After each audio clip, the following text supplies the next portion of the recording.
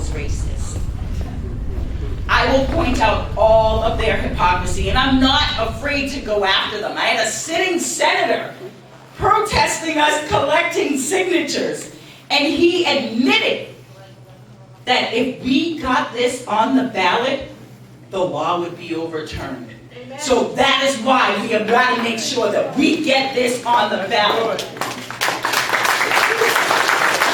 It's called true democracy. Remember, it is our voices. When I become your first Madam Secretary, I am merely just a servant to you. It is your voice, and the information needs to be given to the people. Why do they hide it?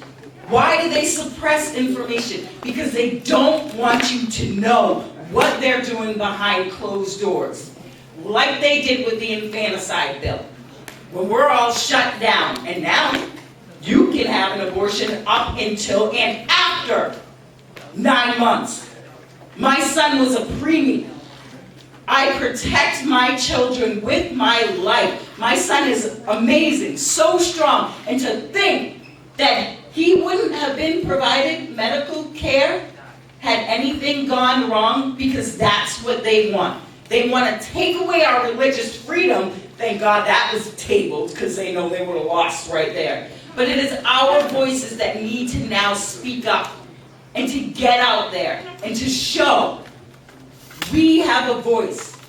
And we're not going to allow these people to keep corrupting our beautiful state. You have to get involved, and you have to know what's going on locally. And that is why I'm fighting on all the issues, because the Secretary of State is not just in charge of elections, he's in charge of the state seal. Nothing gets done in this state without the seal of approval. So I'm going to make sure that your voices are what the seal of approval is.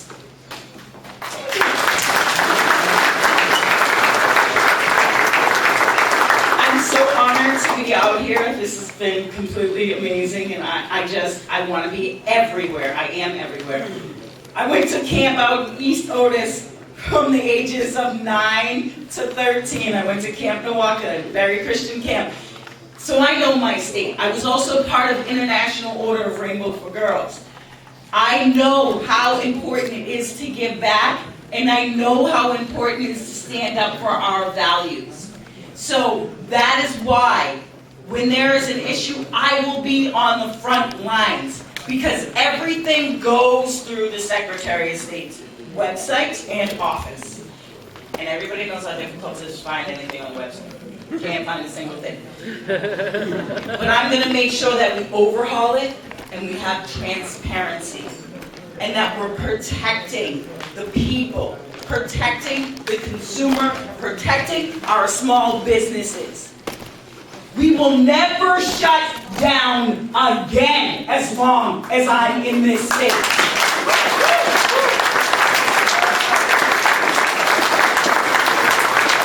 I've got 3 yard signs to give away. We also have the Vote No for Illegal signs if you guys want them. We have a great event tonight. I love Lynne. I don't know you, but I love her. And she's amazing. And I just want to make sure that we are getting true patriots that are going to fight and that are going to be out there and that know exactly what's going on in our schools, in our communities. So I thank you guys for having me. I will be here all night. I've got volunteer forms. I've got everything that you guys need from me. And God bless you guys all. Thank you. Thank you, Rayla. Now, as she alluded to, there is a petition down back. I want to make sure that everybody knows that it's there, and to please sign it. Put your name on that line. Sign it, so we can stop this illegal licenses for these illegal aliens. Because what part of illegal did we miss here? I don't know. So we got to put a stop to this. The other thing I've got floating around is a bill that's in front of the State House right now, House Bill number 584. If you haven't seen this floating around, I have a copy here if you want to come up and grab it and take a look. But basically, in a very high-level overview of this, they're trying to fund critical race theory and diversity and equity inclusion in our schools at the state level, taking it out of the hands of the school committees, taking it out of the local schools, and putting it as a state law. We need to stop this. This is ridiculous. So if you've not seen this, look at it. And again, as Rayla pointed out, nobody knew about this till recently. Why? Because they don't want to tell us. They want to do it behind our backs. We got to stop this stuff. Moving on to our candidates. Once again, welcome to the both of you. And as Rayla mentioned, that she really didn't know Andrew, and this is your opportunity to know Andrew, your opportunity to know Lynne. We're going to ask them a series of 4 questions. They're each going to get a chance to answer it. And then followed by the 4 questions, I'm going to turn it to you, the audience. We have the microphone right there. I'm going to ask you. And then followed by the 4 questions, I'm going to turn it to you, the audience. We have the microphone right there. I'm going to ask you to direct the question to me. And if it's for a specific person, we can start with that person, but both candidates will answer the question. Okay? Because we want to be fair and equal here. This is our opportunity to get to know them. They're both great people. All right. Candidates, are we ready? Now, normally I would like to do a flip of a coin to see who goes first, but I'm going to do the gentlemanly thing and let the ladies go first. So they're going to get 5 minutes to answer this question, but before we do that, why don't we start with an opening statement from each candidate, and you each get 5 minutes for an opening statement. Can everyone hear me? Yes. Good evening, everyone, and thank you for coming here tonight. My name is Lynne Archambault. Joe Biden asked at one of his very few press conferences, "What are Republicans even for?" In that very insulting statement, he further divided our country. So I want to answer those questions of what Republicans are for tonight by asking you all some questions.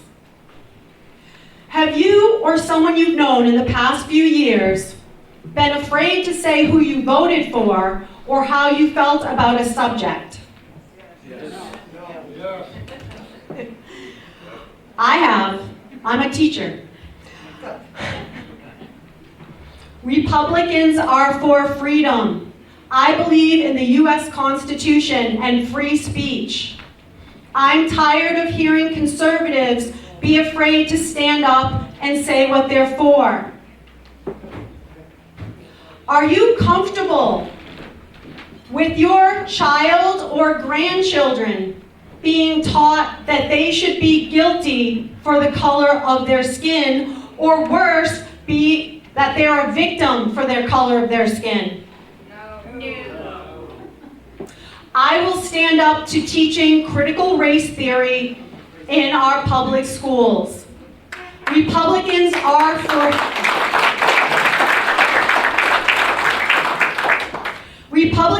for great education. And I'm all for teaching our history, the good, the bad, the ugly. But I'm against teaching dangerous ideology and theory in our schools. Do you have faith in a country where there could be massive voter fraud? No. Republicans believe in fair elections. It is fair to ask for a photo ID when you vote. It is not fair to give a driver's license to illegal immigrants, inviting them to vote in the state of Massachusetts. Do you feel safe in our cities across the country going out to dinner with escalating crime rates?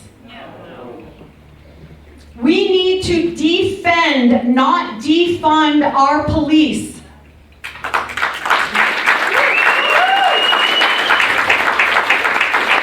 Some retail shops in Massachusetts right now are telling their employees, if they're leaving with stuff they haven't paid for, just let them go. Don't even call the police. This has got to stop. Do you know a veteran or a senior who is suffering because of escalating property taxes and the high cost of living? Yes. We need to protect our vets and our seniors. We owe our veterans.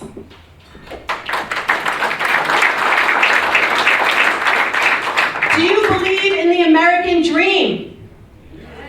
Republicans believe in the American dream. We've all seen the American dream happen. But with the high price of fuel, record inflation, escalating housing costs, the American dream is failing for our young families. This state has a very high tax burden. We need to lighten that load for the citizens of Massachusetts. The estate tax right now is one of the worst in the country, and now they're proposing a millionaire's tax, which is going to drive out more businesses from our state. Our state is already losing record numbers of families and businesses. We need to bring that to create a thriving economy. As a mother who raised 3 beautiful children, as a teacher at North Middlesex High School here in town, and as a successful business owner, local business owner in Pepperell, I feel I bring a unique perspective to being your next state rep. I believe I'll be a strong leader. And let me ask you one final question. Are you happy with the state of our Commonwealth today? No. If the answer is no, please vote for me on September 6th. Thank you very much. Thank you, Lynne. Next, Andrew Shepherd from Townsend. All right. Thank you, everybody. Thank you for coming. Thank you for the Pepperell Town Republican Committee for setting this up this evening. You know, I'd like to begin by giving you a little bit of background about myself, because clearly I'm the unknown candidate at this event tonight. Now, I'm born and raised in Townsend. I come from a family that for the past 100 years have worked in the district in a variety of jobs, whether it's farming, firefighting, teachers, social workers, business owners. We have a long tradition of service to our Commonwealth and for our local area. I think one thing that is particularly unique about my candidacy is that I'm the only candidate in the race that has experience at Beacon Hill. I've worked with State Representative Sheila Harrington and Governor Charlie Baker. With Representative Harrington, I learned what it takes to be an effective state legislator. I know the demands of the job, and I know how to work the system and deliver results for our area. With Governor Baker, I got to see the executive side of the coin. What does it take from the top to have effective legislators? How do you work across the aisle to get things done for the district? Because at the end of the day, it's not saber rattling. What matters is that you can go down to Beacon Hill and deliver results, that you can bring money back and you can get bills passed. And that's what's most important for the state representative. Now, one thing that I think sets me apart, you know, as a candidate is I'm a working class guy. In the town of Townsend, I own my own business, Bayberry Hill Water Company.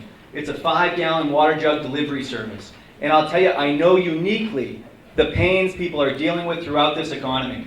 You know, I know what it's like to struggle to make a payroll. I know what it's like to struggle to find supplies and parts that you need to fix machines that you're relying on to make your money and keep your employees happy and keep food on your table. You know, another piece of work that I do in Townsend is I'm fortunate to work on my family business and our family farm. In the family farm, we do about 300 acres of hay, and we raise about 1,000 turkeys. Now, you know, working on the farm, one thing I'm going to bring to this district and to this seat is that farmer's work ethic. Sun up to sundown. You know, I tell people, I'm the guy that's out in that turkey pen, I'm the guy that's shoveling that turkey shit. And I'm ready to go down to Beacon Hill and shovel the shit down on Beacon Hill for our district. You know, the other, working with the family business. You know, I project manage about 3,000 feet of municipal water line that we put in West Townsend. I know I am directly familiar with local contracts and state bidding and public work. In addition, you know, we're fortunate, we're building the Groton Hill Music Center in Groton, and I know uniquely the value that this project is going to have for the district and the economic improvements that's going to come to the whole district. And we need to make sure we have a representative that is focused on the local issues and understand what's coming down the pike and how our district can improve and just get better. Another thing that I think uniquely qualifies me is my time as a call firefighter in the district. You know, I have seen people at their worst, from mental health issues, medical emergencies. Their home is burning down. You know, it makes me uniquely prepared with empathy to understand where people are coming from in a time of need and how to respond to it. So everybody, it's a pleasure to be here tonight. Thank you. Thank you, and I look forward to your participation and your questions.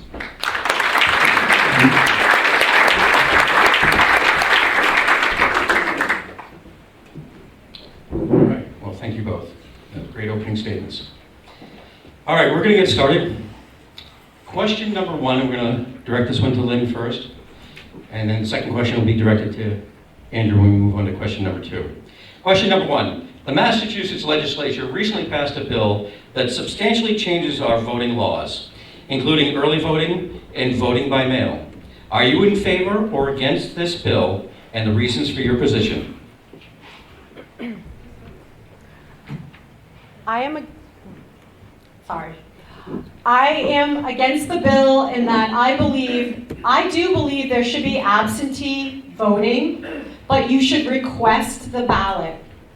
When they send out mass ballots, there is just the possibility of fraud is so strong. If you've seen the documentary 2,000 Mules, you'll see what can happen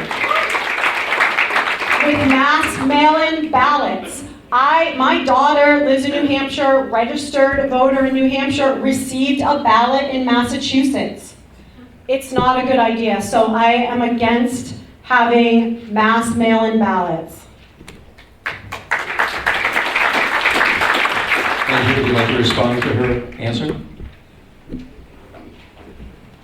As in a question to Lynne, or Yes, as a question to answer Lynne. myself? No, we'll give you that opportunity as well. But Okay, first, sure. if you'd like to question Lynne on her stance. So Lynne, with the recent Massachusetts Supreme Court ruling on this issue, where do you think the Massachusetts Supreme Court is wrong with the universal voting bill?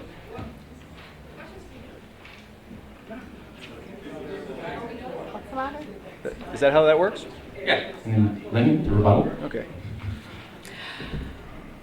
When we have widespread mail-in ballots, we are trusting our U.S. Post Office, which, no offense, there's just too many problems. When we give out too many ballots, we are inviting voter fraud.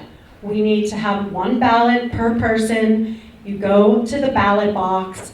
We need to not have widespread mail-in ballots unless you request it. There are reasons if you need our absentee ballot. Okay, thank you, Lynne. Now, Andrew, I'll repeat the question for you. Sure, thank you. The Massachusetts legislature recently passed a bill that substantially changes our voting laws, including early voting and voting by mail. Are you in favor or against this bill, and the reason for your position? I am against this bill, and I think as we're learning with this format, I probably phrased my question, we're still working on it. So, in the Massachusetts Constitution, there's 3 instances that allow for mail-in voting. And it's if you're out of town, it's if you're physically disabled, or if you have a religious-based conflict with Election Day. I think it is extremely clear in the Massachusetts Constitution that those are the only situations where you can have universal mail-in absentee voting. In addition, when I've talked to the town clerks about this, it's not certainly there's a challenge with election security, but it's also additional cost. It's a huge cost that's going through the Postal Service with less reliability, and for those reasons, I'm against it. All right. Lynne, would you like to question Andrew? I don't think there's anything to question on that. Okay. All right, great. Thank you both for answering that question. We're going to move on to question number 2, and we'll start with Andrew. Are you in favor of providing driver licenses for illegals as stated by the recently passed Massachusetts legislation, and what would you do to stop it if you were against it? So I am not in favor of the driver's licenses for illegal immigrants. What would I do directly? We're collecting signatures. I think both candidates are collecting signatures to get this on the ballot in November. I think a clear problem with this is You look at how the RMV, what was it, back in 2019, there was an accident in New Hampshire with a Massachusetts driver that killed 7 people. And this gentleman could have had his license suspended if the RMV was competent and capable to go through their records and suspend his license and get him off the road. There could be 7 more people, at least, more still alive today. And I think it's clear that the RMV has had a number of challenges in recent years, and they do not have the ability to safely do this legislation. All right. Would you like to question Andrew? No, can I just answer the question? Yes, you may. You want me to repeat it one more time? No. Good. I have been collecting signatures at grocery stores, people's doors. We've collected already just over 300 signatures, and I am against this bill. Charlie Baker vetoed the bill, and our legislators overrode his veto. There were a couple Republicans that tried to amend the bill and say, at least make the license look different so they can't register to vote. And they voted that down. So the true intention of what they were trying to do is quite obvious. So judging from what I see online and what's happening to the chairman and to Rayla, they're trying to stop it. They even had someone rip up signature sheets, which is illegal, spill things on signature sheets, block people from signing, because they are afraid that the people of Massachusetts do not want this to happen.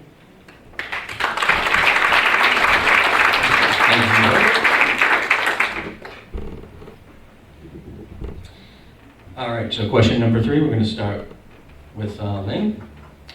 Now, this question refers to this bill number 584. I don't know if anybody's had a full chance to read it or know what it's about, but as I stated earlier, the high profile of this is basically they want to create a fund for putting critical race theory and diversity and equity education into our school systems at the state level. So the question is, are you in favor or against such a bill? I am against teaching critical race theory in our public schools. As a teacher at North Middlesex, I was subjected to the worst training I've ever experienced. There are some forms on your tables that we passed out, and I have highlighted areas. I'd like to read some of the stuff we had to deal with. This was a group of alumni that put together this demand of our school committee and our administration. The suggestions in this letter are not exhaustive and were compiled by a group of alumni seeking change within the district. We recognize the limitations of this letter as it was written primarily by cis white people. However, it is our responsibility to use privilege to seek justice.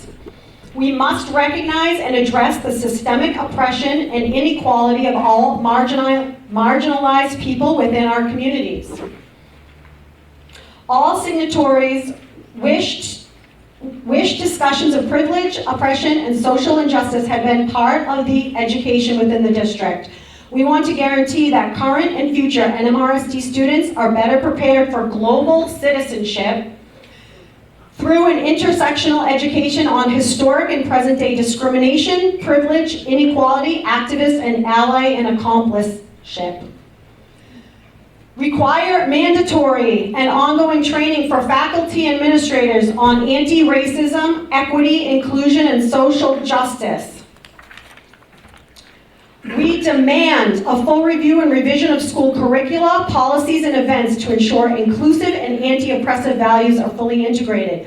This includes an audit of all classroom curriculum in order to decolonize our educational practices and our understanding of history. We recommend foundational units on white supremacy and critical and structural racism on the national, state, and local levels. Being careful not to exempt our own communities from this history, include courses focused on, but in no way limited to, critical race theory, Black intellectual traditions, and action civics. Act in solidarity with national movements to reevaluate the role of police in our schools. I had to sit through and listen to how white kids should feel guilty for being white, and we're the most racist country in the world. And my opponent signed this petition and was part of this group. Andrew, would you like to respond? Or direct a question to her, I should say? I think I should answer the question and respond all in once. I think that'd be fair. So let's talk about the letter. From the beginning of this campaign cycle, I have always and unequivocally been against critical race theory. Lynne knows this from our first speaking event back in January. Now, I want to read you the first sentence that Lynne chose not to read. We recognize that an open letter will not encompass every individual's viewpoint. That is the first letter. That is the first line. Now, I did sign this, and my intent when I signed this back in 2020, which was a far different time today, was that we can do better. When I went to North Middlesex, and I had classmates who felt that things were being fallen through the cracks and weren't being taught effectively, and thought that things could be better. And as I've always stated, we need to be talking about hard issues. We need to talk about redlining and the effects from slavery. Unquestionably, we need to teach a full comprehensive history. But I do not support and have never supported the pendulum swinging so far to the left that it has in our schools. Now, if you think that a signature is what you want to focus on rather than my words, then we have a problem here. Nobody should be discriminated against. And if you felt like North Middlesex was fine the way it was at the time, then I challenge you to talk to some of my classmates that I had in that school who felt differently. And at the beginning of the letter, it says clearly it will not encompass every individual's viewpoints, and unequivocally, I do not support the teaching of critical race theory.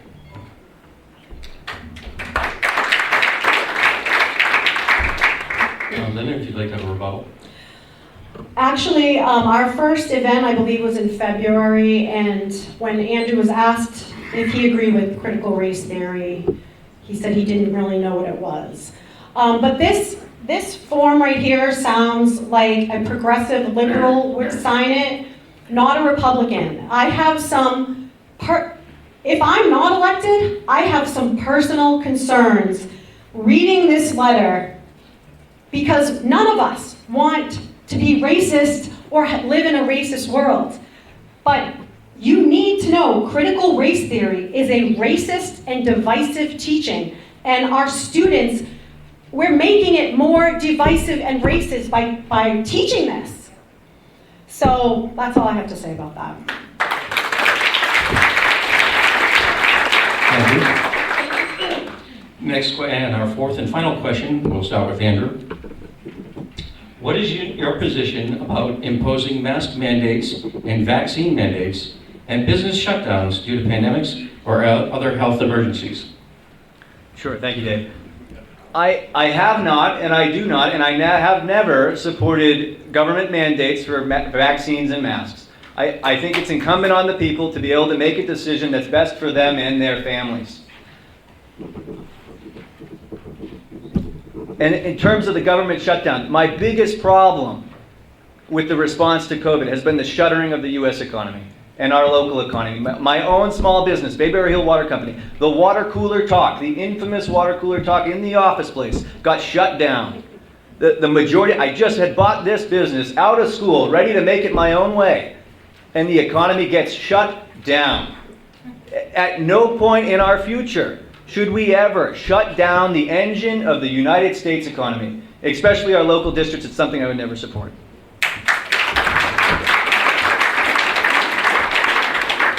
So Lynne, you can either ask Andrew a question or just move on to the question itself.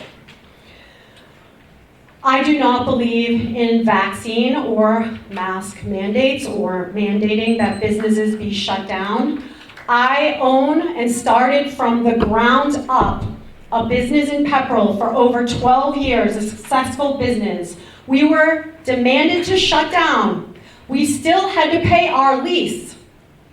But the government offered us no money because we didn't have a payroll. We had subcontractors working for us. We fell through the cracks. I know what it's like to have to struggle through that, and I would not put that on anyone else. As far as vaccine mandates, I have known so many friends, family that have had COVID, recovered, and then were forced to get a vaccine to keep their job. This is the United States of America. I believe in the Constitution. That is wrong.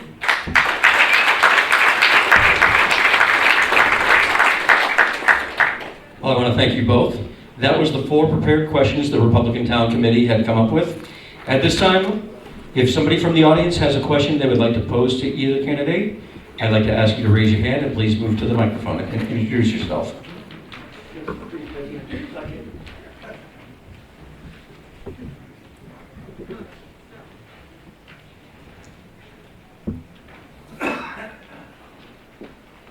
Okay, I'm Guy Albertini from Groton. We talked about the mass mail-in ballots.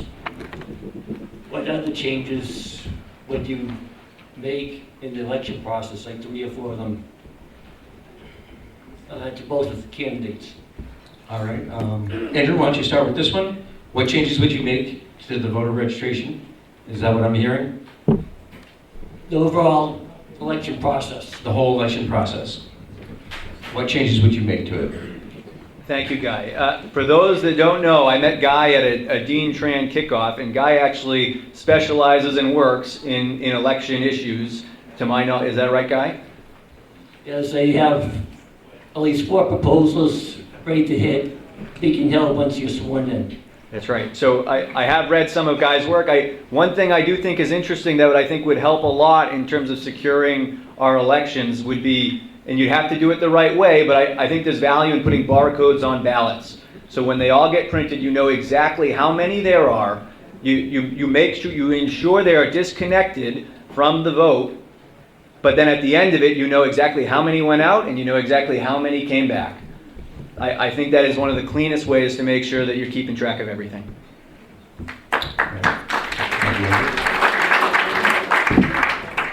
So the changes I would make, I would say no mass mail-in ballots, paper ballots only, no drop boxes, photo IDs required, and I've read Guy's information on I think barcodes on a ballot. I mean, what a great idea. Why we do it on everything else. Why couldn't we do this? For a unique identification, it would help in the audits. Thank you.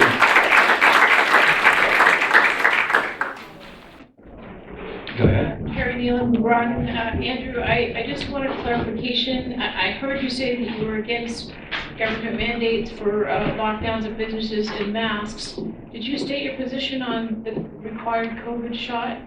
I didn't know if you addressed that. Sure. So against mandates for shots, for vaccines, against mandates for masks and shutdowns. Thank you.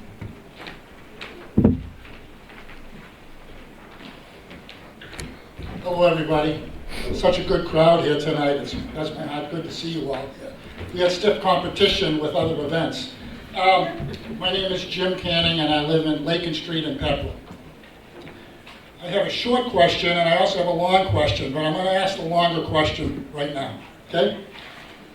There are significant local, national, and global forces at work undermining the United States Constitution. As a result, I suspect that the citizens of your 6-town district feel as I do. They feel far less safe. They feel far less free. They feel far less able to provide for their families through their own initiative, creativity, and sweat. In many cases, the Constitution is simply being ignored by those who took a pledge to uphold it. And they can get away with this because they also control the very large media megaphone. Now, Andrew and Lynne, you are asking to be our voice. My question, what I would like to know is, what kind of voice will you be? Will you fully embrace in public the tenets of the United States Constitution? Will you use your bully pulpit to applaud and celebrate the Constitution? Will you speak on its behalf to both young and old, both students and adults?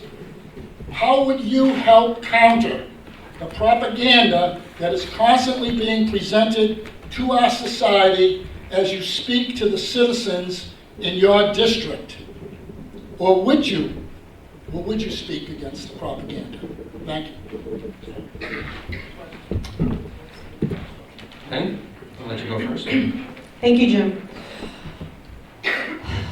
I will be a strong voice for freedom on Beacon Hill. I am a conservative Republican. I'm not a rhino Republican. Someone said to me recently, Republicans in Massachusetts are like palm trees in a desert. We have basically right now in Massachusetts a one-party system. And that is causing us to be ruled by the progressive left. We need to offset that by being a strong voice and offset what is going on. The Constitution, Amendment 1, calls for freedom of speech, religion, the right to assemble. Those freedoms have been infringed upon and pruned away the past couple years. We've all seen it, and we let it happen. We cannot let it happen anymore. Now they are coming for the Second Amendment. Okay? That's the right to bear arms. They're coming for the Second Amendment. They're not addressing the mental health issues, things like that. And now the Supreme Court, with the 10th Amendment, putting the rights to the states. And that means the rights to you guys, because we get to vote and make our voices heard. I will be a strong voice, and I will stand up on Beacon Hill. I'm a realtor as well as a business owner. I've had to work with many different types of people over many years. And as a high school teacher, I have to deal with a lot of different kids. And I think I'm pretty good at it. So I'm going to be a great negotiator, and I get along with all different kinds of people. So I think I'll be very strong that way. Thank you.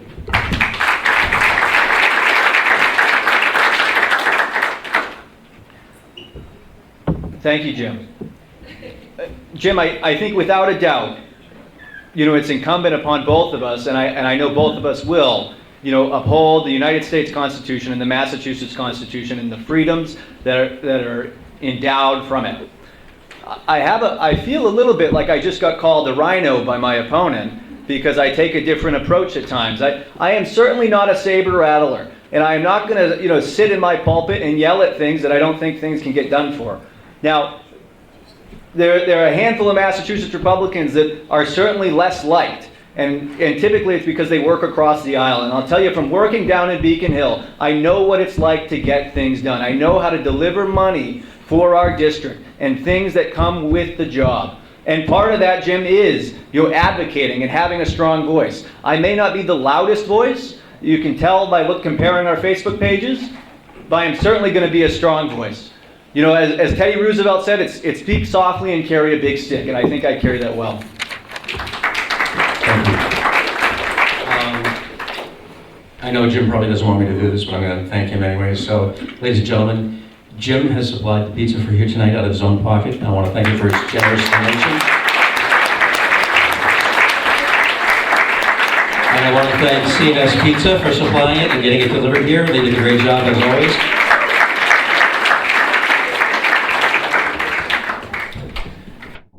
Go ahead. Christine Bug, Pepperell. I'd like clarification from Andrew on this.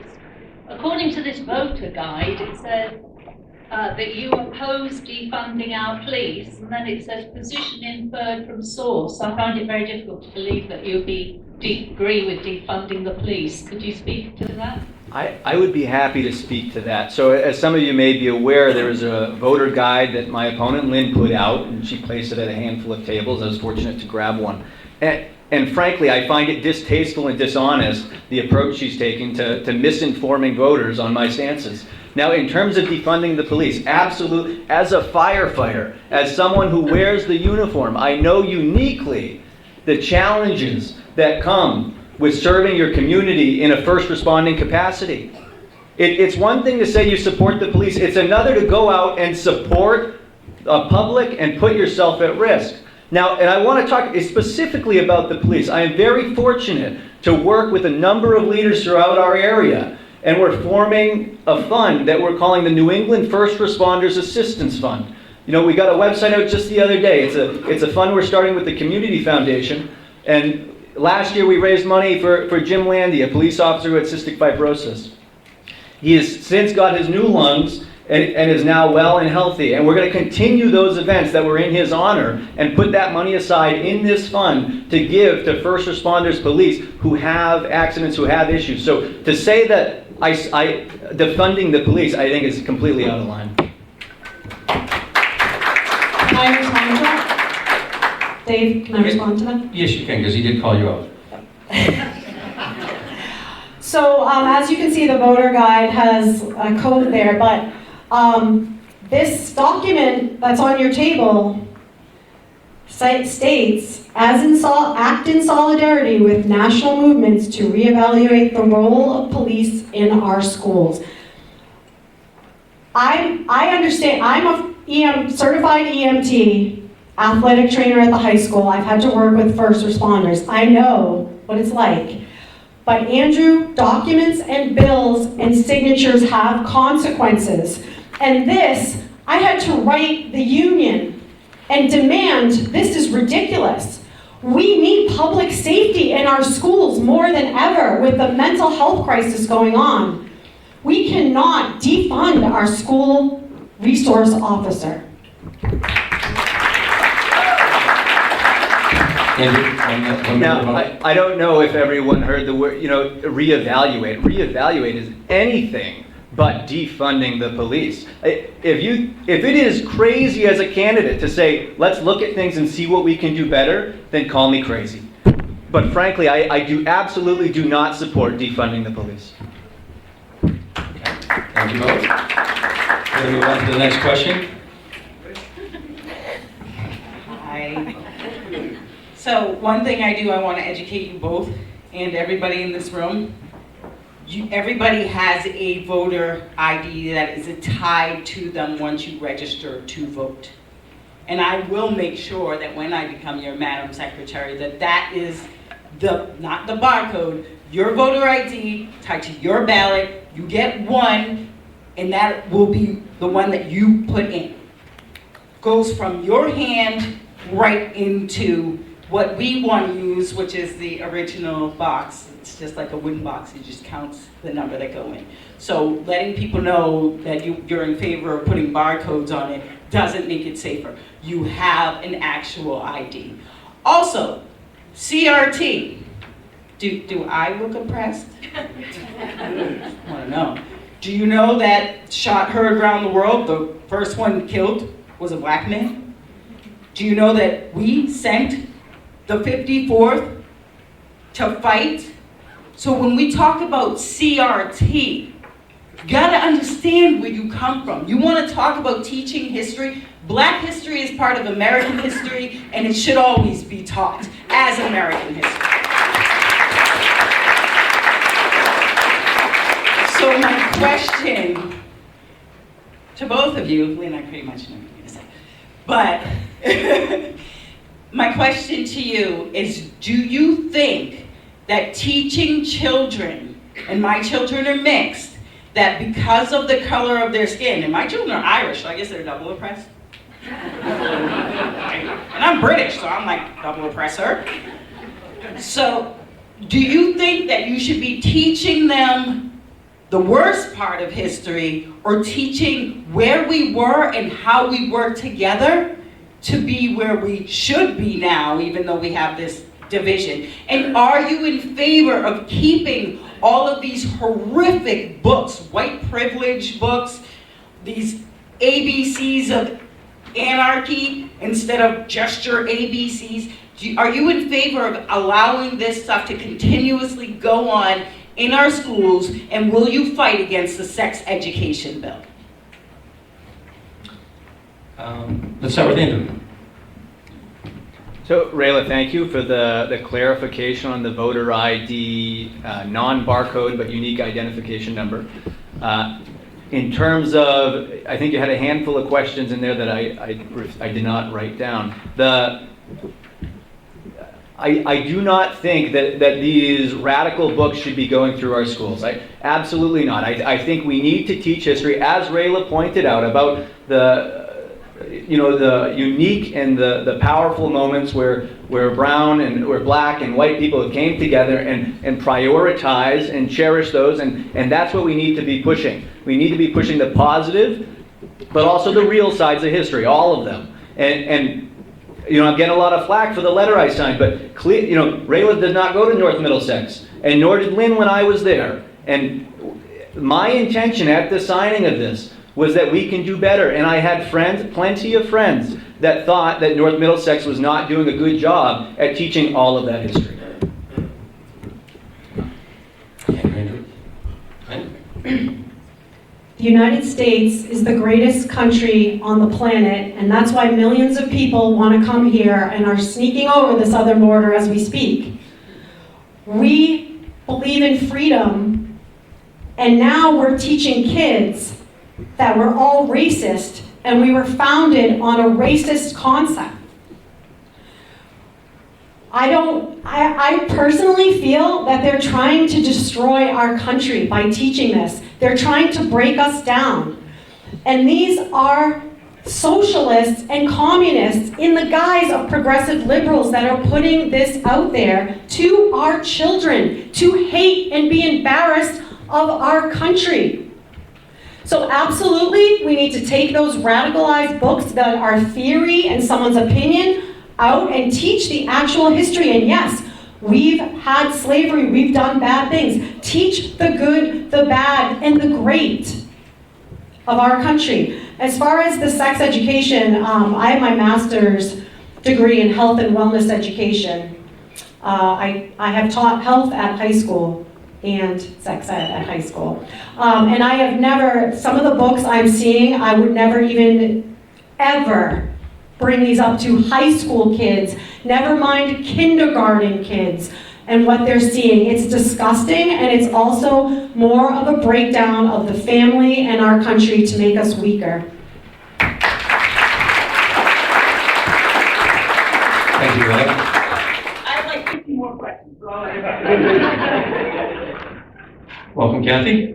Nice to see you. Thank you. Good evening to both of you, and thank you for stepping forward, both of you. It's especially at this time in our history. But I did hear your comment. I just saw this tonight, and you were saying that you felt misrepresented, Andrew. So I guess I posed the question to both of you. As far as pro-life, you put in this thing that you are pro-life, Lynne. I'd like to ask Andrew, and of course Lynne can also chime in, but at what stage do you consider the growing human being in the womb to be acceptable to kill? I mean, I just like to know your stance, because you're saying you might be misrepresented, so I do want to know, do you respect the human being at every stage of development? Thank you.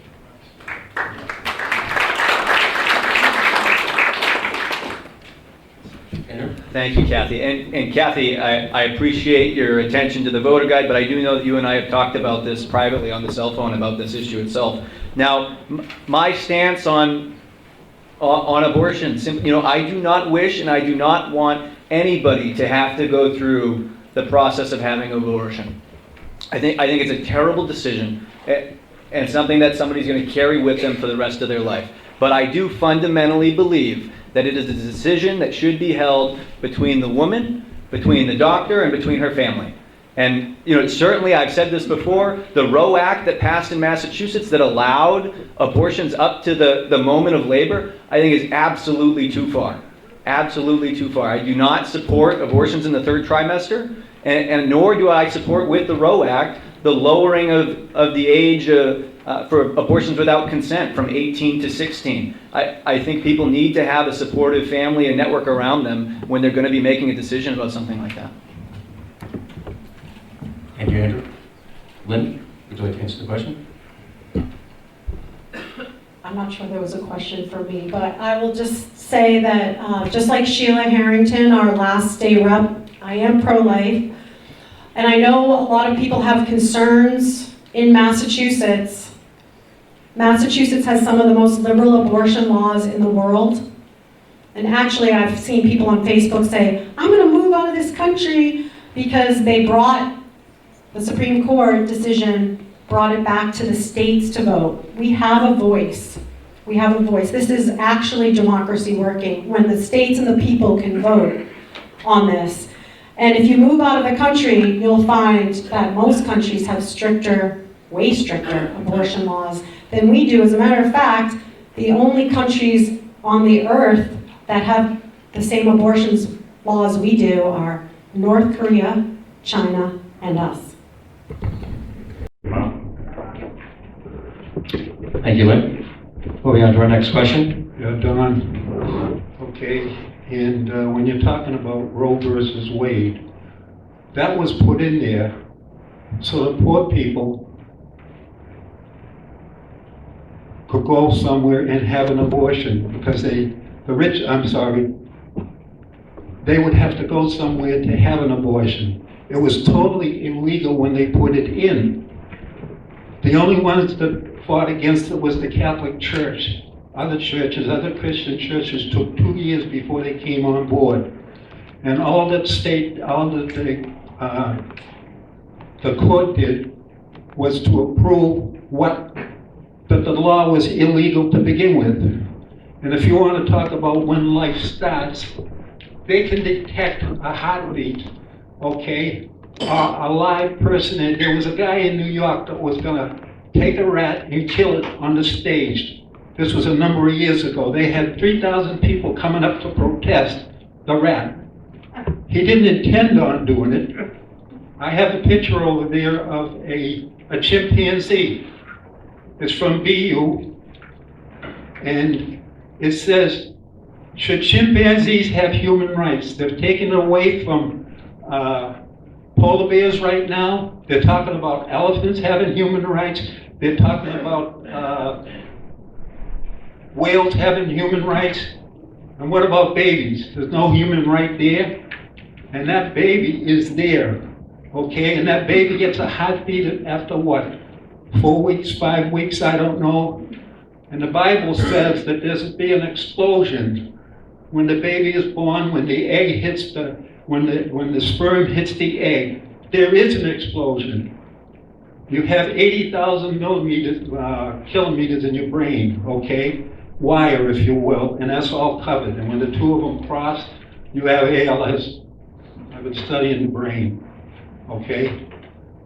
And when people get one side of it, that goes back 2,000, 5,000 years ago. When they only hear one side of the story, you revert back to then, you stop believing the story.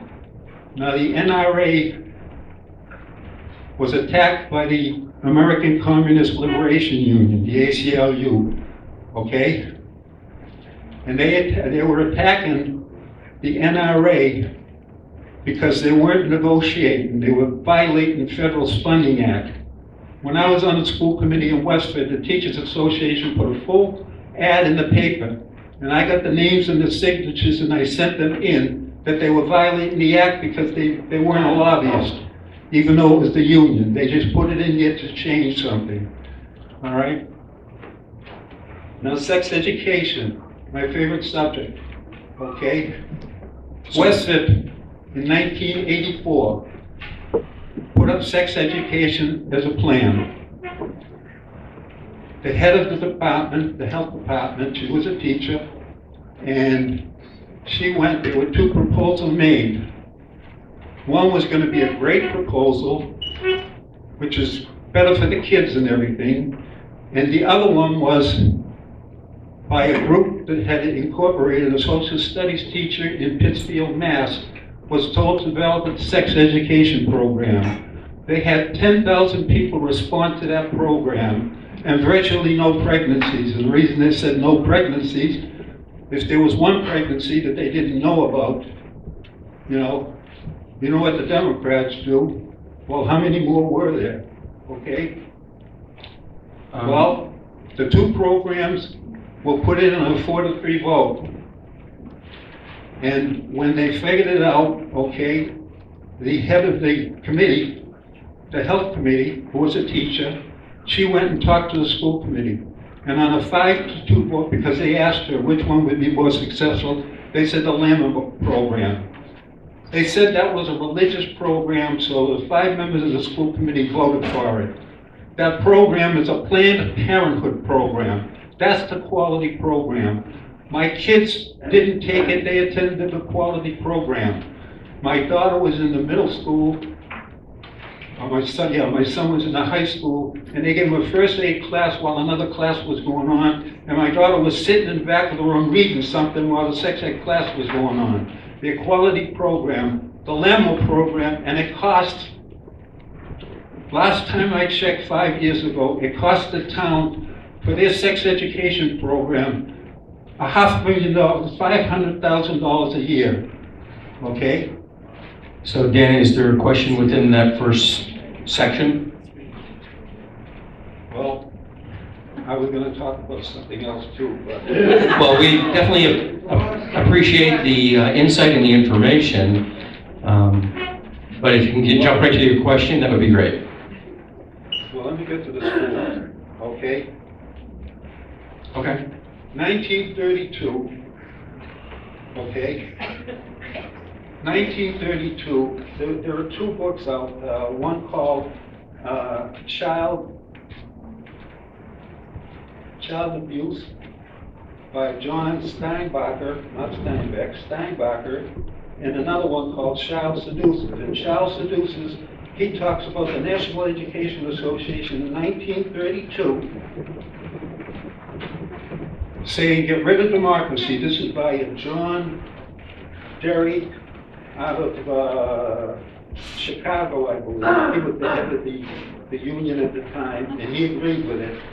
Get rid of democracy and replace it with a foreign type of government. In that same book, they talk about PBS, Program Planning Budgeting System.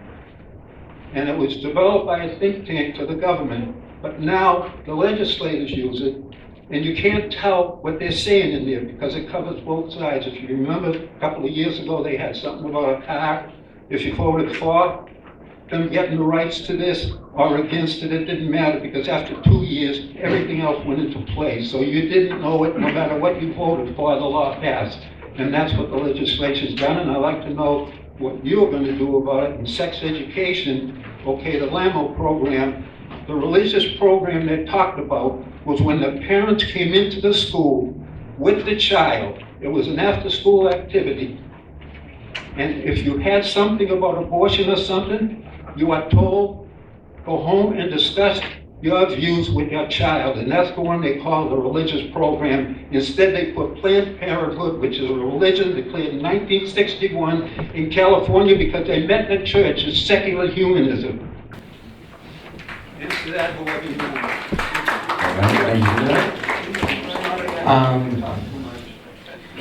Lynne, if you'd like to try to answer that? I'm not familiar with that curriculum that he discussed, but I do know that we do need an overhaul of our sex education, and sex education should not be taught to elementary school kids, period.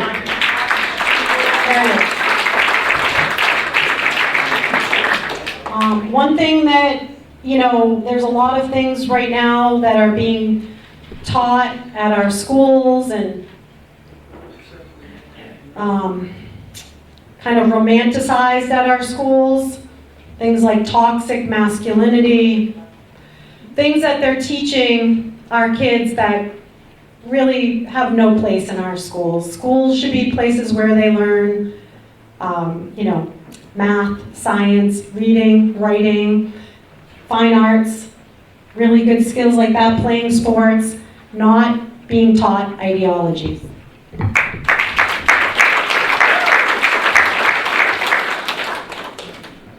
So thank you, Dawn. I know there were a variety of topics that came up. One was Roe versus Wade. I want to just, for the clarification of the audience, I was speaking directly about the Roe Act, which passed in Massachusetts in 2020, that Governor Baker vetoed, and then the legislature overrode. In terms of health, I certainly do not support the Planned Parenthood curriculum of health in our schools, and certainly not at an elementary school level.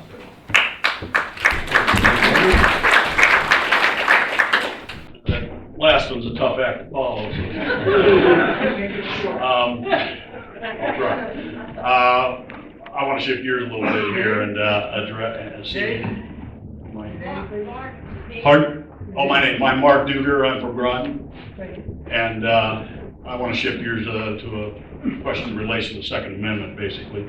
A couple weeks ago, as I think most of us know, the Supreme Court issued a decision out of New York that basically made some big changes in the Second Amendment world in regards to licensing firearm. They're getting firearms licenses.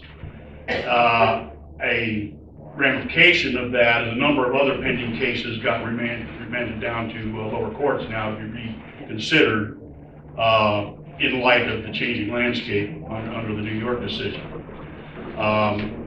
And in response, a number of states, including Massachusetts, now is scrambling around trying to find ways to do end runs around the decision that the Supreme Court made, and to put even further encumbrances on lawful ownership of firearms. Related to that, we have a problem in this country with young males. We seem to have a problem with a number of young males being raised, coming up to think that the solutions to whatever their problems are, whatever issues they are, is to go fire up a school or a parade and shoot a bunch of innocent people. In other words, they have guns getting into the hands of people that shouldn't have them. So my question is kind of a general, but I'd like to probe a little bit where you stand as far as your depth of knowledge on the issues that are circulating around Second Amendment, and how do we reconcile that with the safety issues? I mean, we have a cultural issue that's creating these monsters that are doing this, but at the same time, how do we preserve the spirit and the law? I mean, our governor, or our attorney general, who wants to be governor, has a habit of rewriting her own law and bypassing Massachusetts law and literally making up law that has affected gun owners in this state. So I'd like to get a better sense of where you all stand on Second Amendment issues, what your depth of knowledge is on these issues, because it's an ever-changing landscape right now, and got any ideas on how we can approach resolving this. That's a great question. Andrew, would you like to answer that first? Sure. Thank you, Mark. I will say I do have my CDL growing up on a farm. I mean, I'm not going to say you use guns all the time, but you do need them, and we use them for all sorts of things. Now, I do support the Second Amendment, and to your question about gauging the depth of our knowledge, I am familiar with the fight going on between Gohl and Attorney General Healy. I think we have serious mental health problems, all throughout the country, and that is certainly a big part of this. I often, when as a candidate and you're going out and you're talking to people about guns and such, they always tend to bring it to the federal level. And I think here in Massachusetts we have some of the strictest gun laws. Some I certainly think are too much, but we also have a very strong culture of responsible gun ownership, and we're very fortunate in this district to have an organization like the Townsend Rod and Gun Club, which does community engagement and teach people and show people about safe gun ownership. So I didn't gather a specific question from you, Mark, but I do feel comfortable with guns as a license to carry holder, and support Second Amendment rights. Thank you, Andrew. Lynne? I support our Second Amendment rights. Like I said, I believe in the Constitution. I have my license to carry. I got it last year with my son. In the words of Ronald Reagan, We must reject the idea that every time a law is broken, society is guilty rather than the lawmaker, breaker. We need to focus on the mental health of everyone, but our boys in particular. Now our boys are being taught there's toxic masculinity. They're feeling like they're helpless. We have a loss of spirituality in our country. I'm not talking about specific religion, I'm talking about religion and something to believe in. The kids don't have anything to believe in. That generation has kind of gone by. I notice it at the high school. Kids, they don't believe in God. They don't have any notion of what that is. When you are in the worst times of your life, if you don't have faith, you don't care. And you will kill and not feel the consequences of that. So I do think we need to really focus on our youth and the mental health issues that are happening. But I do support our Second Amendment. I can't stand when Joe Biden asks are those deer wearing Kevlar vests? It's not about hunting. We were giving it as a protection. Thank you.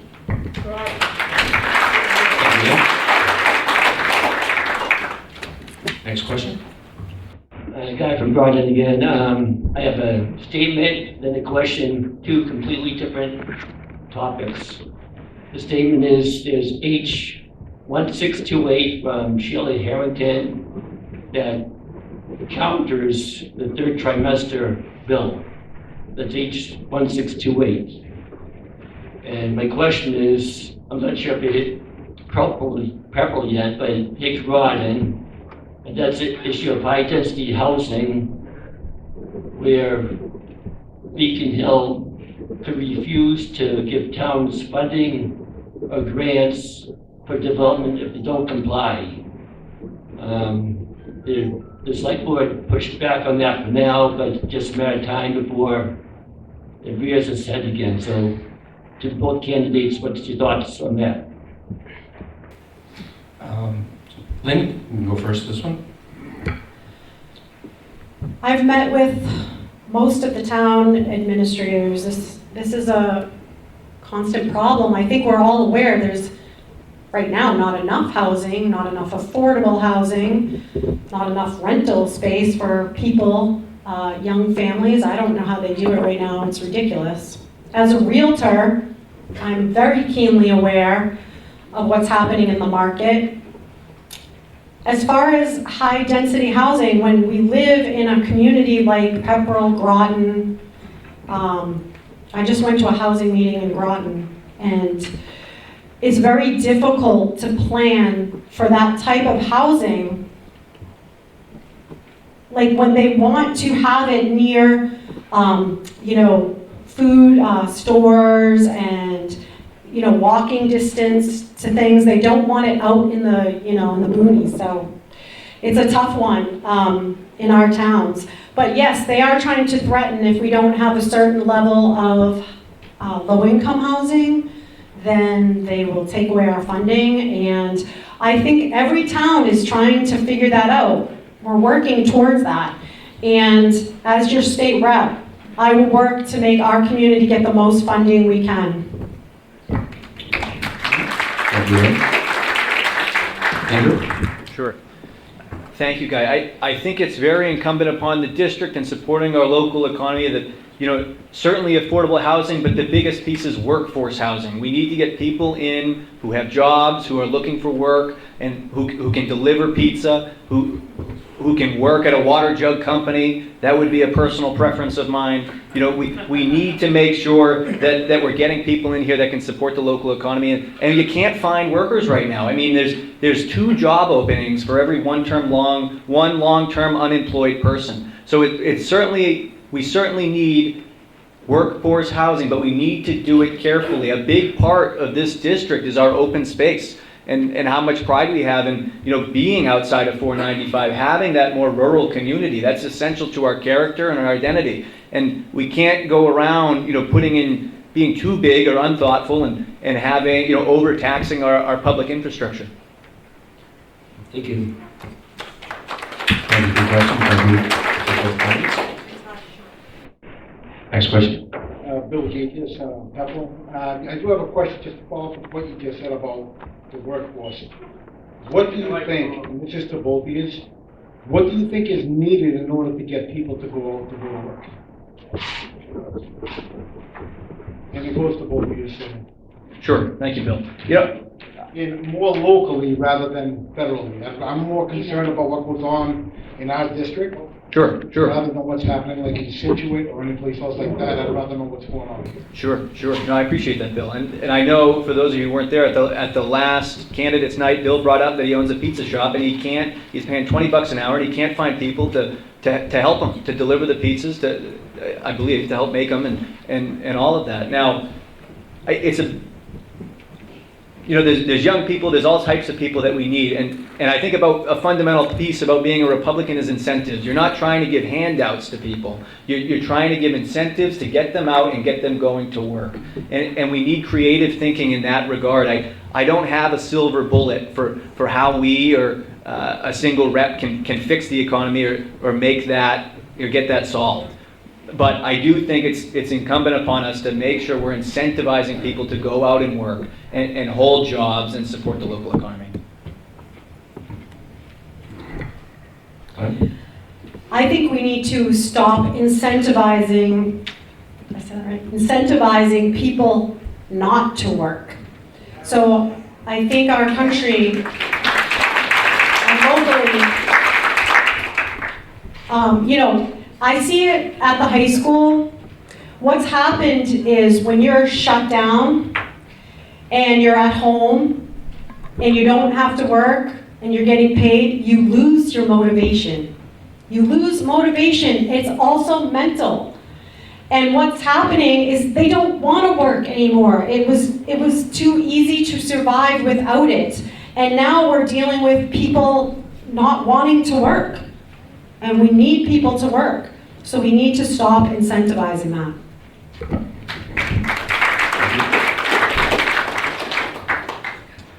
Joe Radwoods, Pepperell, Mass. This is a two-pronged question about gas and gas tax. So everybody is pushing us to buy electric cars. So I buy a lot of fuel and I pay a lot of road tax to maintain the roads that the electric cars drive on. So where do you feel on that? And then right now the state is going, they didn't want to roll back our state gas tax. They're talking about sending us a check, I don't know, September, October. But quite honestly, my fuel bill is going to be due end of the month, right? So where do you guys stand on possibly rolling back the road tax, why temporarily? And where is your tax, how do we tax the electric vehicles to pay for the roads that they're driving on?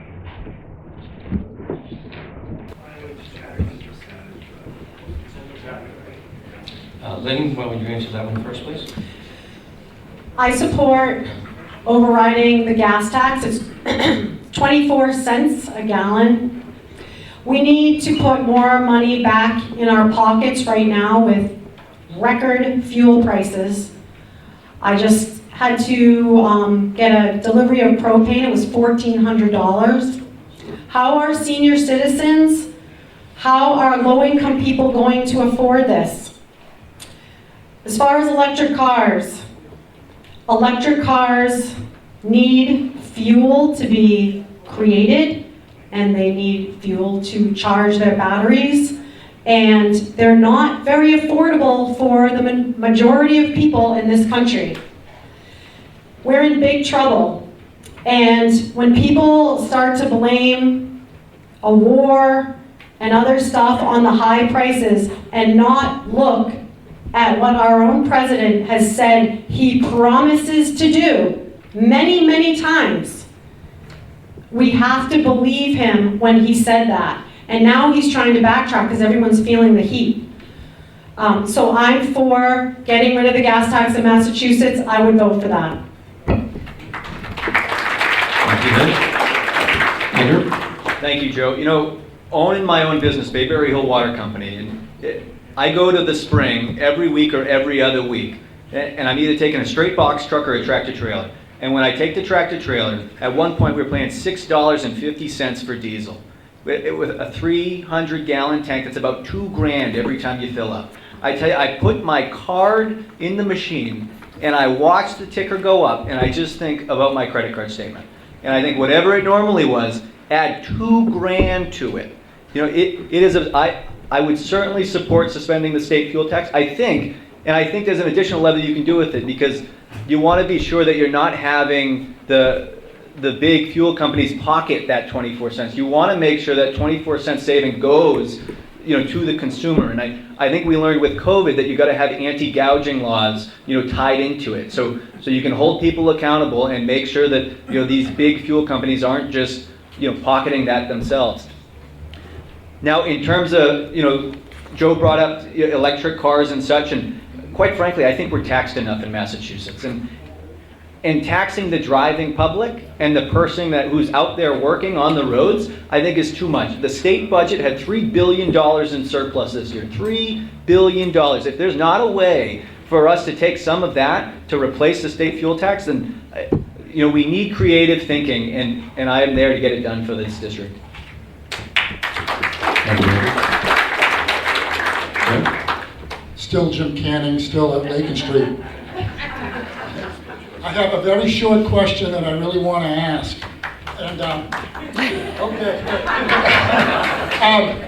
you know, and it's almost an unfair question to ask of these two candidates, although I am going to ask it, okay?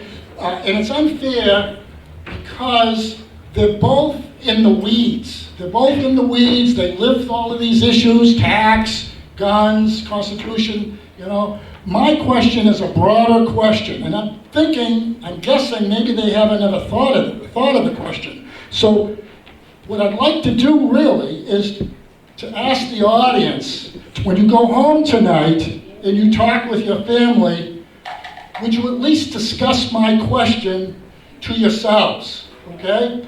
I live in Pepperell, Massachusetts. It's a fine community, and I've noticed over the last 3 or 4 years, and I think the next couple of years, my town has gone bylaw crazy, okay? Every time I turn around, somebody's creating a new bylaw. And of course, in every one of those bylaws, there's a word in it that resembles coercion, because there's always a threat that somebody's gonna bring the officer down to your house if you don't comply. Right? Okay? So anyway, so here's my question. And you two could choose to answer it now, or maybe even think about it and answer it when we reconvene in Ashby, whenever that is. Okay? Here's my question. Do I have your attention? Okay. The question is, what is the role of government in a free society? What is the role of government in a free society? Okay, because I sense that we're expecting too much of our government to deliver on things. Anyways, that's my question. You can choose to answer it now or later, but I would like the audience to discuss it amongst yourselves, particularly when you're going to go vote on the next bylaw. Okay, thank you. Thank you for the answer. Lynne, we can start with you.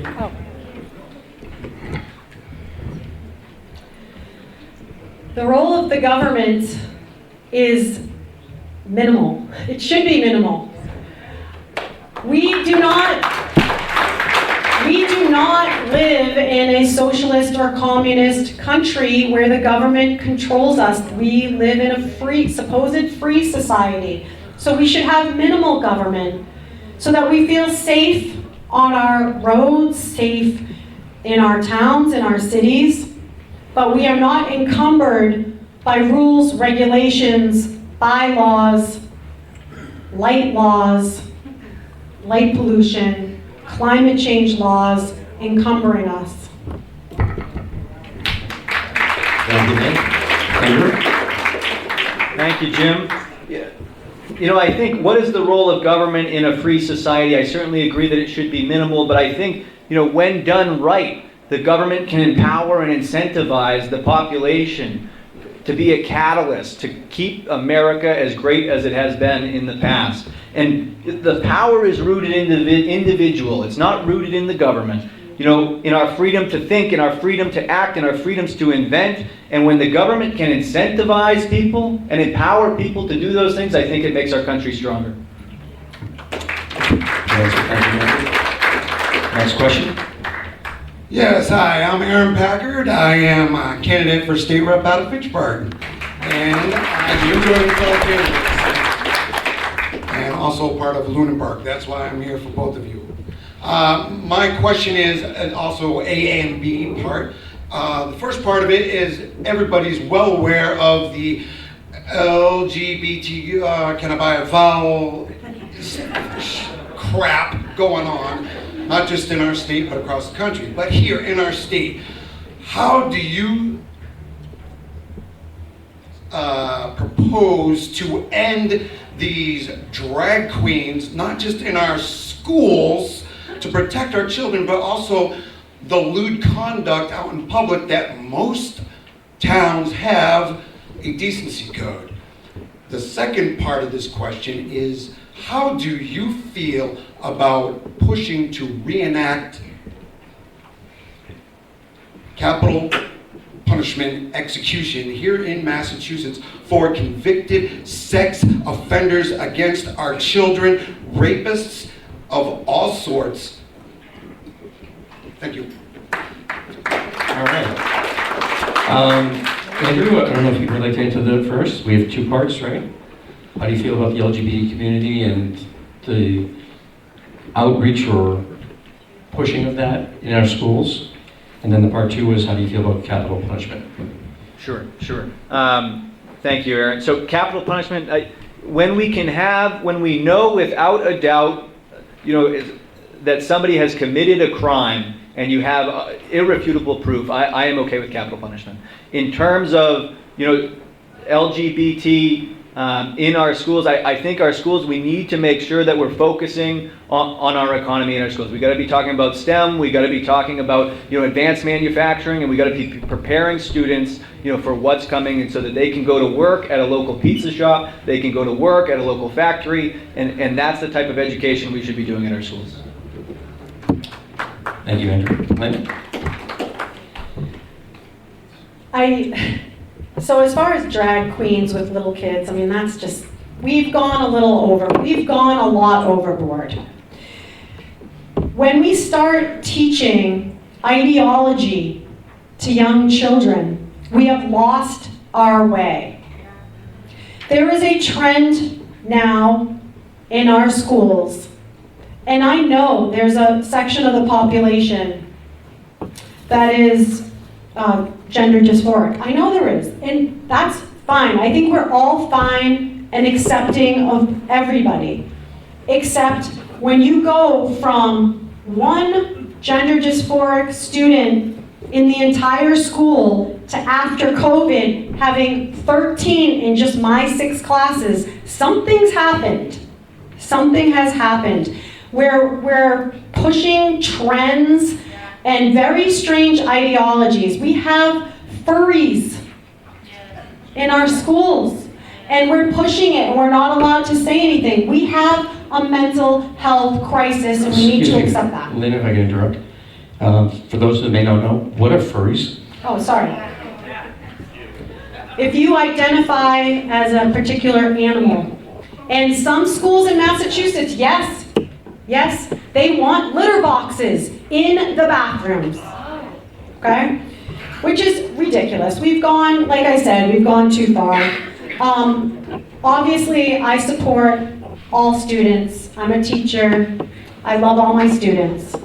And I support whatever they choose, but we need to focus on some mental health issues.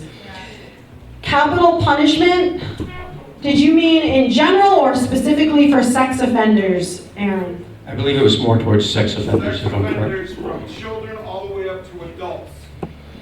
Sex offenders from children to adults. A child or an adult, just like Texas. In some cases, this is hard for me to say, but in some cases I support capital punishment. Sex offenders usually are not rehabilitated. They cannot be rehabilitated. I've never seen it. But, you know, for young children, is that what you said, that are sex offenders? No, I mean. Not the child that's a sex offender, an adult. Oh, an adult. Sexual, Yeah. raping a child. Yeah. Yeah, that's a tough one. I'm just going to keep it there that in some instances, they cannot be rehabilitated. Most instances.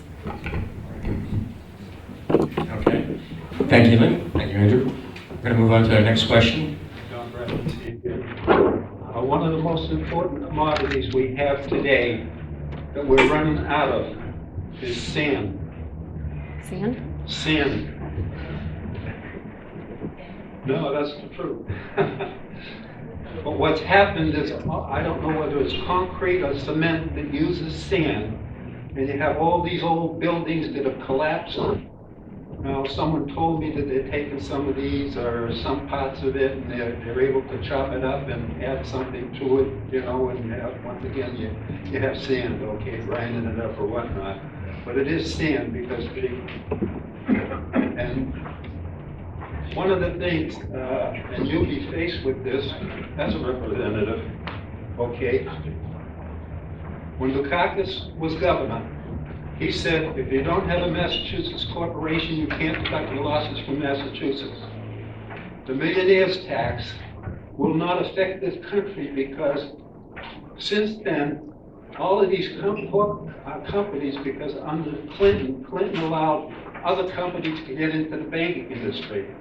Okay, so now most of your companies own and their headquarters, their corporate is in a foreign country, and they're going by foreign country rules under FATCA, federal tax, whatever the heck they call it. Okay, so these people will be immune because they'll be paying in a foreign country, and supposedly when they're working here, they can only deal in American dollars, foreign countries, you know, whatever it might be, that's under FATCA. But windmills are a problem. Because right now, the windmills are huge. And they're actually operating at a loss, but the companies are saying, no, we're profitable because they're covering the losses. Because they want to put more windmills out there. How much cement does it take to put a windmill up? And how much sea area do you lose? Okay? Your fishing is gone. When they start putting these things up, because these things are going to cover the whole area, you won't be able to get a lot of the fish that, you know, habitat those areas. So the question is, do they support wind power offshore? Well, that's a question, but what I'm telling you, it's going to be costly. Okay. It costs more to run than they make operating. And I mentioned the millionaires. Okay. And the sand. I guess that's it. Okay. Oh, one more thing too. People talk about Roe versus Wade having 63 million deaths because of Roe versus Wade. In '84, I knew of kids that were getting, high school kids that were getting 2 and 3 abortions, okay? And they were teenagers. So 63 is a lie, like everything else that they tell you. Okay, thank you, Jim. And be careful because people think that the Republicans are going to run away with things. I pray to God I'm wrong. But the whole issue is going to be the Ukraine. Because people will remember the Ukraine and they won't know that Putin is not the bad guy. Zelensky is, Obama is, and Biden is. All right, thank you, Jim. Appreciate your comments. I'm going to follow up with a personal question to both of you. I read something earlier today, and you were talking about lowering the age limit for gender transition to elementary school level.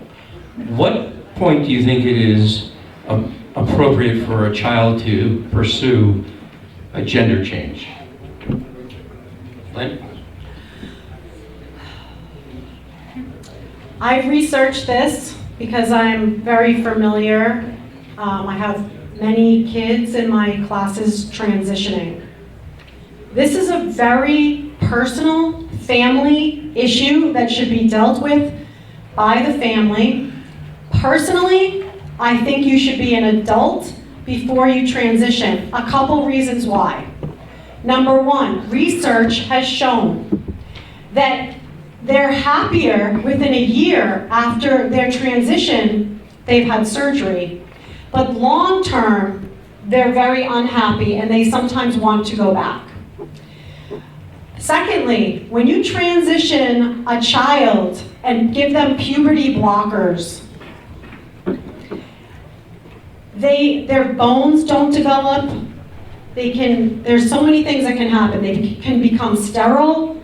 And then, what if they just want to be a tomboy? Or what if they just are, more feminine? Let kids be kids. Let them be kids. Let them decide when they're an adult what they want to do, and then we support them. Thank you, Lynne. Andrew? So young people's brains are just not fully formed until they're well into their 20s. So if you're going to make any life-changing decisions, I think it needs to be once your brain is fully formed. So after 18 or 21? I'd have to look at when the brain gets fully formed. I believe it's 25 for men, and I think it's a little bit younger for women. Okay, great. Good answer. Next question, please. Dennis Caraviello, Pepperell. So this is more of a question. You're both running as a Republican, correct? And you got a Republican that leans here, there, and is wishy-washy. I was lucky enough to attend many months ago a meeting with our present state representative, and she was very honest, because we asked how you vote and why you vote and where do you get your information to vote. And it was very disturbing for a number of the folks in the audience to understand that, well, sometimes you vote with the Republicans, sometimes you don't. What can I get out of it? What can't I get out of it? But you're not representing the Republican line or Republican thoughts. So it's a general question. She was very honest, and I'd ask you to be the same way. Are you looking more to roll over at times to get something out of it, or to be more of a Republican and how you're looking at views? And then how do we get that information before you put the check mark on the box? I mean, she was very honest and upfront that, I got 192 emails, I voted that way. Okay? And so there are ways to do it, ways not to. I know you said before, you'll have offices in 6 locations, you're running businesses, you're running a farm, you're doing many things, but being a Republican advocate and helping the state based on your viewpoints, how do you lead on this? Let's go with Andrew to start this one, please. Sure, thank you, Dennis. I'm going to look at each item that comes before me to vote, and I'm going to make the best decision that's for our district, and that's the whole district. And I'm going to base that decision on my experiences as a farmer, as a firefighter, as a business owner. If I'm going to vote my conscience, and I'm going to vote what's best for our district. I am certainly not a model anything. I am my own type of Republican. I'm basing everything on my experiences, and when I don't know, or when I don't feel educated in an issue, I'm going to go out and I'm going to seek out people who this is going to affect and try to, if it has to do with nurses, we're going to go and we're going to talk to the nurses. And whatever it has to do, we're going to follow it down and figure out what is the full dynamics, the impacts, the pros and the cons, and make the best decision for the district. All right. Thank you, Andrew. Lynne? Thanks, Dennis. I believe that life experiences really do matter. I am a mother. I've raised a family. I've gone through tough times. I own a home. I know what it's like to pay bills. I can relate to the people in our district. I'm a small business owner. I'm a teacher. I can relate to kids as well. I'm a conservative Republican, but I can relate and I listen to everybody. I'm a great listener, and I believe in always putting the shoe on the other foot. So I believe in listening to people, but I truly will make my own decisions on how my principles are, how they guide me, and my life experiences. As far as communication, I think that's really, really important. So I will be a full-time state representative, and I will be in constant contact with the people in our district every day. Thank you. Thank you. All right, right now we're coming up on 8:55, and my intention is to end the debate at 9 to give people a chance to talk one-on-one with the candidates if they wish, if you want to hang around and have some discussion. Our good friend Dan is up and Rayla is up. Rayla, do you have a quick statement? I do. I actually have a quick question. Okay. What is a woman? Honestly, I just want to know if you're going to protect women and women's sports and also protect our young boys. Because when we're talking about this LGBT alphabet community and what they're trying to do, again, it's trying to destroy men and destroy women. So, what is a woman? Can men give birth? That's really a question for you. You're looking at me. Yes. It sounds like the question was, can men give birth? And it seems it was directed at me. I don't believe that men can give birth. Okay, but what is a woman? A woman is... Can a man identify as a woman and be considered a woman? I hear where you're going. I want people to be empowered to do what's best for them so they can contribute to society. And whatever makes them happy, I hope that they go through and do that. You deflected, that's typical as a politician. We just want to know, are you going to protect women and stand up and understand that we're the only ones that can give birth? I carried my children, I breastfed my children. Only women can give birth.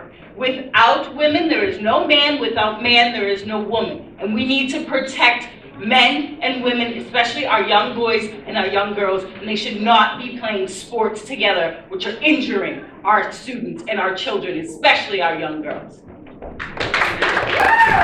So I'll answer the follow-up question. I certainly believe that women give birth. So if I could just say, Andrew, I think we're going to clarify this a little bit for her, I think, and I'm just going to, this is my personal opinion about what she was saying. Do you believe that boys that maybe transition or identify as a woman should be allowed to play women's sports?